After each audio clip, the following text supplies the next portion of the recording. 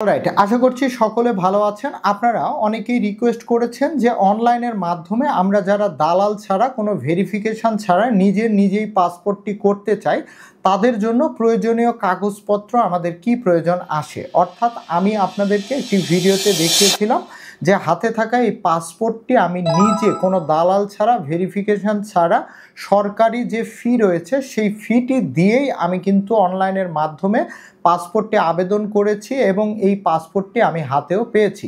So এই পাসপোর্টটি পাওয়ার জন্য আমি কি কাগজপত্র জমা দিয়েছি এবং তারা আমাকে কি কাগজপত্রের রিকোয়ারমেন্ট দিয়েছে, এই সকল বিষয় আজকের এই ভিডিওতে আপনাদেরকে ক্লিয়ার করব। কারণ পাসপোর্ট করার জন্য প্রয়োজনীয় কাগজপত্র নিয়ে অনেকের মধ্যেই কিন্তু কনফিউশন থাকে।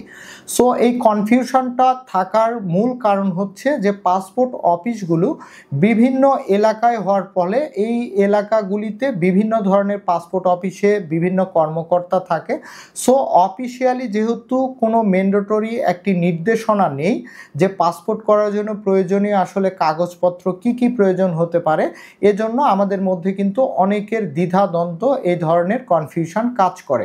বাট আজকে আপনাদেরকে আমি এই পাসপোর্ট করার জন্য যে সকল কাগজপত্রের কথা বলবো, এই সকল কাগজপত্র যদি আপনি নিয়ে যেতে পারেন বা এই সকল কাগজপত্র যদি আপনার কাছে থাকে, তাহলে আপনি নিজেই যে কোনো অঞ্চলের পাসপোর্ট অফিস থেকে কিন্তু আপনারা নিজেরাই নিজের জন্য অথবা পরিবারের জন্য কোনো দালাল ছাড়াই পাসপোর্ট করতে পারবেন। অলরাইট, তো পাসপোর্ট করার জন্য প্রয়োজনীয় কাগজপত্রের মধ্যে প্রথমে আপনার যে কাজটি করতে হবে বা যে কাগজপত্রটি প্রয়োজন হবে তা হচ্ছে আপনার অনলাইনে যখন পাসপোর্টটি আপনি আবেদন করবেন, আবেদন করার পর আপনার যে প্রিন্ট সামারি রয়েছে এই প্রিন্ট সামারিটি অবশ্যই প্রিন্ট আউট করে সঙ্গে রাখতে হবে। দ্বিতীয় কাগজ যেটি লাগবে তা হচ্ছে আপনি যখন আবেদন করবেন তখন কিন্তু একটি পেমেন্ট স্লিপ দেওয়া হবে।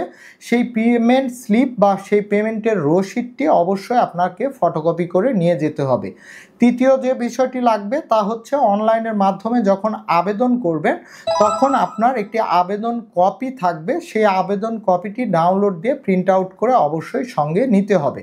অর্থাৎ এই তিনটি অবশ্যই আপনার সঙ্গে করে নিয়ে যেতে হবে ফিঙ্গার দেওয়ার সময়। চতুর্থ বিষয় হচ্ছে আপনার ভোটার আইডি কার্ডের একটি ফটোকপি নিতে হবে সঙ্গে। অপশনাল হিসাবে আপনার ভোটার আইডি কার্ডের মেন কপিটিও সঙ্গে নিয়ে যেতে হবে, কারণ অনেক সময় দালাল ছাড়া যখন আপনি পাসপোর্টটি নিয়ে যাবেন তখন কিন্তু আপনার ভোটার আইডি কার্ডটি যাচাইকরণের জন্য তারা মূল কপিটি দেখতে চাইতে পারে। সো আপনারা অবশ্যই মূল কপিটি সঙ্গে নেবেন। পঞ্চম বিষয় হচ্ছে যদি আপনার জন্ম সনদ থাকে অনলাইন কপি, তাহলে অবশ্যই ফটোকপি করে জন্ম সনদটিও আপনাদের সঙ্গে করে নিয়ে যাবেন। ষষ্ঠ বিষয়টি হচ্ছে আপনি যদি স্টুডেন্ট হয়ে থাকেন তাহলে অবশ্যই আপনার স্কুল, কলেজ, ইউনিভার্সিটির যে আইডি কার্ড রয়েছে সেই আইডি কার্ডের ফটোকপি সঙ্গে করে নিয়ে যাবেন। সপ্তম বিষয় হচ্ছে আপনি যদি কর্মরত অবস্থায় থাকেন অর্থাৎ কোনো কোম্পানিতে চাকুরি অবস্থায় থাকেন তাহলে অবশ্যই আপনার অফিসে যে আইডি কার্ড সেই আইডি কার্ডটিও সঙ্গে নিয়ে যাবেন।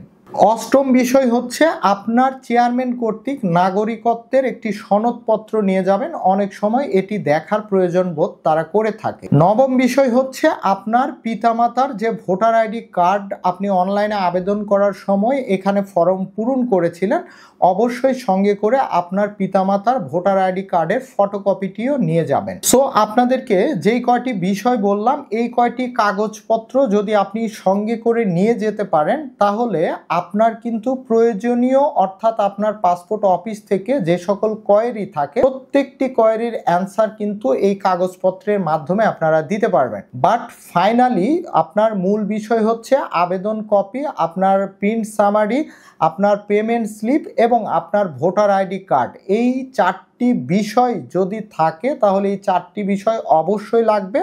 আর অন্যান্য যে সকল কাগজপত্রের কথা বললাম এগুলি অপশনাল, বিভিন্ন পাসপোর্ট অফিস এলাকা ভিত্তিক এই ধরনের কোয়েরি দিয়ে থাকে। বাট এই কয়টি কাগজপত্র যদি আপনি নিয়ে যেতে পারেন এবং এর পরেও তারা যদি আপনাকে কোনো কোয়েরি দিয়ে থাকে তাহলে আপনি তাদের সঙ্গে কথা বলতে পারবেন এবং পাসপোর্ট অফিসের হেল্পলাইনে সরাসরি কথা বলে তাদের সম্পর্কে আপনি বলতে পারবেন যে আমার এই বিষয়গুলি তারা অতিরিক্ত আকারে আপনার কাছ থেকে চাচ্ছে। সো এই কয়টি বিষয় নিয়ে গেলে ইনশাল্লাহ আমি মনে করি যে আপনি নিজেই নিজের পাসপোর্টটি করতে পারবেন এবং এই সকল কাগজপত্রের বাহিরে আপনার আর কোনো ধরনের কাগজপত্রের প্রয়োজন হবে না। তো ধন্যবাদ সবাইকে, আশা করছি ভিডিওটি আপনাদের উপকারে আসবে। আর ভিডিওটি যদি ভালো লেগে থাকে তাহলে অবশ্যই আমার নতুন ইউটিউব চ্যানেলটি সাবস্ক্রাইব, যারা ফেসবুক থেকে ভিডিওটি দেখছেন তারা ভিডিওটি বেশি বেশি লাইক, কমেন্টস এবং শেয়ার করে দিবেন। ধন্যবাদ সবাইকে।